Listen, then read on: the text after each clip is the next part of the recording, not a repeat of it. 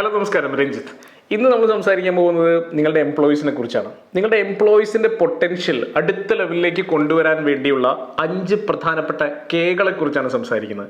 ഈ 5 കേകൾ ഉണ്ടെങ്കിൽ employee potential നിങ്ങൾക്ക് അടുത്ത ലെവലിലേക്ക് കൊണ്ടുവരാം, എംപ്ലോയീസിനെ ഏറ്റവും നന്നായി പെർഫോം ചെയ്യുന്ന ആളുകളാക്കി മാറ്റാം. ഏറ്റവും ആദ്യത്തെ കെ എന്ന് പറയുന്നത് നോളജ് തന്നെയാണ്. പലപ്പോഴും എംപ്ലോയീസിൻ്റെ നോളജിൻ്റെ കാര്യത്തിൽ നമ്മൾ തീരെ ഗൗരവം കാണിക്കാറില്ല എന്നുള്ളതാണ് വാസ്തവം. നിങ്ങളുടെ എംപ്ലോയീസിന് നിങ്ങളുടെ ആ പെർട്ടിക്കുലർ ജോബിന് അവർ ചെയ്യുന്ന പെർട്ടിക്കുലർ ജോബിനകത്ത് നോളജ് ഉണ്ടോ എന്നുള്ളത് ഉറപ്പുവരുത്തിയിട്ടുണ്ടോ? എപ്പോഴെങ്കിലും നിങ്ങളത് ടെസ്റ്റ് ചെയ്തിട്ടുണ്ടോ? പലപ്പോഴും ഇൻ്റർവ്യൂ ചെയ്യുന്ന സമയത്ത് ഒരുപക്ഷെ അവരുടെ നോളജൊക്കെ വെറുതെ 2-3 ചോദ്യങ്ങളിലൂടെയൊക്കെ ടെസ്റ്റ് ചെയ്തിട്ടുണ്ടാവാമെങ്കിലും പിന്നീട് ആ ഒരു പെർട്ടിക്കുലർ ഡൊമെയിനിൽ, ആ പെർട്ടിക്കുലർ ടാസ്കിൽ എത്രമാത്രം നോളജ് അവർ എക്വയർ ചെയ്യുന്നുണ്ട്, അത് കണ്ടിന്യൂ ചെയ്യുന്നുണ്ട് എന്നുള്ള കാര്യത്തിലൊന്നും ഒരു ടെസ്റ്റും നമ്മൾ നടത്താറില്ല എന്നുള്ളത് വാസ്തവമാണ്. നമ്മൾ സ്കൂളിൽ പഠിക്കുമ്പോൾ തന്നെ നമുക്കറിയാലോ, മന്ത്ലി ടെസ്റ്റുകൾ ഉണ്ടാവും, ക്ലാസ് ടെസ്റ്റുകൾ ഉണ്ടാവും, ക്വാർട്ടർലി ടെസ്റ്റുകൾ ഉണ്ടാവും. ഈ ടെസ്റ്റുകൾ ഉള്ളത് കൊണ്ടാണ് ആക്ച്വലി നമ്മൾ അതിൻ്റെ ഒരു മൊമെൻറ്റം കാത്തു സൂക്ഷിക്കുന്നത്. അപ്പോൾ ഇത്തരത്തിലുള്ള ടെസ്റ്റുകളില്ലെങ്കിൽ, കൃത്യമായിട്ട് ഇവരുടെ നോളജ് അപ്ഗ്രേഡഡ് ആവുന്നില്ലെങ്കിൽ, പുതിയ ടെക്നോളജികളെ കുറിച്ചുള്ള കാര്യങ്ങൾ മനസ്സിലാക്കാൻ സാധിക്കുന്നില്ലെങ്കിൽ തീർച്ചയായിട്ടും അവർ പിന്നിലേക്ക് പോകും. ഒരു കാര്യം ഉറപ്പിച്ചോളൂ, എംപ്ലോയീസിൻ്റെ നോളജ് കൃത്യമായി ഇടവേളകളിൽ ചെക്ക് ചെയ്യാനും ആവശ്യമുള്ള നോളജ് ഇമ്പാർട്ട് ചെയ്യാനുമുള്ള സംവിധാനം ഉണ്ടാക്കിയേ പറ്റൂ. രണ്ടാമത്തെ കെ നോ ഹൗ ആണ്. നോ ഹൗ എന്ന് പറഞ്ഞാൽ നോളജ് മാത്രമല്ല, നോ ഹൗ എന്താ? സ്കില്ല് എന്ന് വേണമെങ്കിൽ പറയാം. ആ ഒരു പെർട്ടിക്കുലർ നോളജ് അവർ അപ്ലൈ ചെയ്യുന്നുണ്ടോ, അപ്ലൈ ചെയ്യാനുള്ള നോളജ് ഉണ്ടോ, ഒരു ആപ്ലിക്കേഷൻ ലെവലിൽ ഇവർ ചിന്തിക്കുന്നുണ്ടോ എന്നുള്ളതാണ്. ചില കാര്യങ്ങളൊക്കെ നമ്മൾ പഠിച്ച് നമ്മൾ ഭംഗിയാക്കി വെച്ചിട്ടുണ്ടാവും. ഇപ്പോൾ ഫോർ എക്സാമ്പിൾ ഡിജിറ്റൽ മാർക്കറ്റിംഗ് കോഴ്സിനൊക്കെ പോകുന്ന ആളുകൾ ഇഷ്ടം പോലെയുണ്ട്. നമ്മുടെ ഓർഗനൈസേഷനകത്തും ആളുകൾ ചിലപ്പോൾ നമ്മൾ ഡിജിറ്റൽ മാർക്കറ്റിംഗ് കോഴ്സിനൊക്കെ വിടും. കോഴ്സിനൊക്കെ പോയിട്ട് വമ്പൻ കോഴ്സായിരുന്നു, അടിപൊളിയായിട്ടുണ്ടെന്നൊക്കെ പറഞ്ഞ് കൈയടിച്ച് തിരിച്ചു വരും. അതിനുശേഷം ഈ പറയുന്ന കാര്യങ്ങളൊക്കെ ഇംപ്ലിമെൻറ്റ് ചെയ്യാനുള്ള ഒരു ട്രയൽ നമ്മളുടെ ഭാഗത്തുനിന്ന്, ഒരു ഇനീഷ്യേറ്റീവ് നമ്മളുടെ ഭാഗത്തുനിന്ന് പലപ്പോഴും ഉണ്ടാവാറില്ല.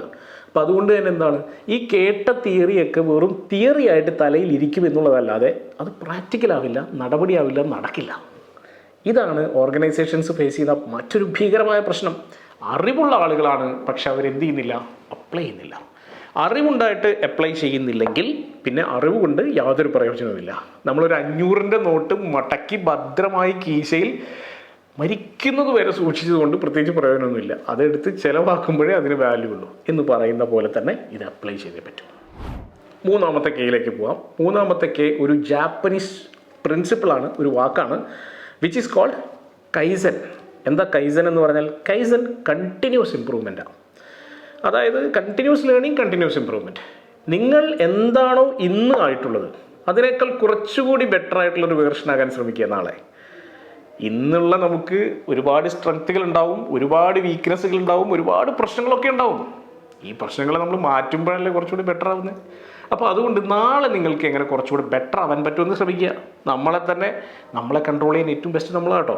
നമ്മൾ തന്നെ ആലോചിച്ച് എന്തൊക്കെ മാറ്റങ്ങൾ വരുത്താൻ പറ്റും, നമ്മളുടെ സ്വഭാവത്തിൽ എന്തൊക്കെ മാറ്റം വരുത്താം, നമ്മുടെ റൂട്ടീനിൽ എന്തൊക്കെ മാറ്റം വരുത്താം, നമ്മുടെ ചിന്തകളിൽ എന്തൊക്കെ മാറ്റം വരുത്താം, ഒരു ബെറ്റർ പേഴ്സൺ ആവുമെന്നേ. അങ്ങനെ ബെറ്റർ പേഴ്സൺ ആകുമ്പോൾ നമ്മൾ കുറച്ചുകൂടിയും ഫ്രീ ആയിട്ട് ചിന്തിക്കാനും വലുതായി ചിന്തിക്കാനും പറ്റുന്ന ഒരാളാവും. ഓട്ടോമാറ്റിക്കലി എന്താ മെച്ചമുള്ളത്? നമ്മുടെ പെർഫോമൻസ് അടുത്ത ലെവലിലേക്ക് കുതിച്ചു വരും. കൈസൻ അപ്പോൾ നിങ്ങളെ സഹായിക്കുന്നത് നിങ്ങളുടെ പെർഫോമൻസ് പൊട്ടൻഷ്യൽ അടുത്ത ലെവലിലേക്ക് കൊണ്ടുപോകാനാണ്. അപ്പോൾ ഒന്ന് ആലോചിച്ചോളൂ, നോളജ് ഉണ്ടാവണം, നോഹവ് ഉണ്ടാവണം. ഈ നോളജും നോഹവും കണ്ടിന്യൂസ് ആയിട്ട് ഇമ്പ്രൂവ് ചെയ്തുകൊണ്ടിരിക്കുന്ന കൈസൻ എന്ന് പറയുന്ന കോൺസെപ്റ്റ് ഉണ്ടാവണം. അടുത്ത കെ ഞാൻ എപ്പോഴും പറയുന്നത് കൈൻഡ്നെസ് ആണ്.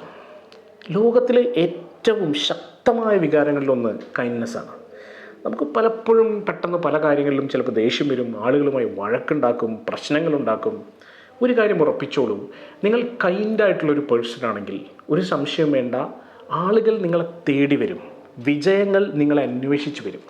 അപ്പോൾ ഏതൊരു സാഹചര്യത്തിലും നിങ്ങൾക്ക് ഏറ്റവും സുഖകരമായ സാഹചര്യം ഉണ്ടാവുമ്പോൾ കൈൻഡാവുന്നത് കൊണ്ട് പ്രത്യേകിച്ച് കാര്യമൊന്നുമില്ല.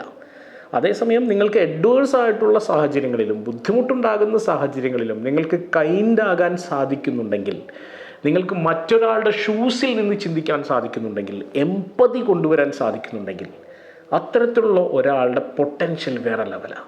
അല്ലെങ്കിൽ അയാളുടെ പെർഫോമൻസ് താഴേക്ക് പോകുന്നതായിട്ട് കാണാം. കൈൻഡ് അല്ലാത്ത, എംപതറ്റിക് അല്ലാത്ത ആളുകളുടെ പെർഫോമൻസും പൊട്ടൻഷ്യലും ജീവിതത്തിൽ ഓരോ നിമിഷവും താഴേക്ക് പോയിക്കൊണ്ടിരിക്കും.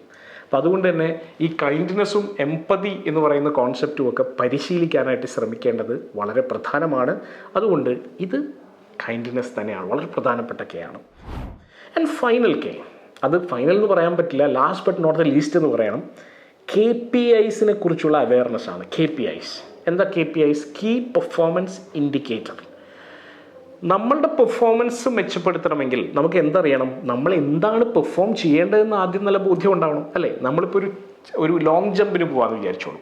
നമ്മൾ ഓടി വരുന്നു, ചാടുന്നു, നമ്മൾ മാത്രമേ മത്സരിക്കാനുള്ളൂ, പ്രത്യേകിച്ച് ഒരു ബെഞ്ച് മാർക്കൊന്നുമില്ല. ഓടി വരുന്നു, ചാടുന്നു, വീണ്ടും ചാടുന്നു. പ്രത്യേകിച്ച് ഇമ്പ്രൂവ്മെൻ്റ് ഒന്നും ചിലപ്പോൾ സംഭവിച്ചേക്കില്ല.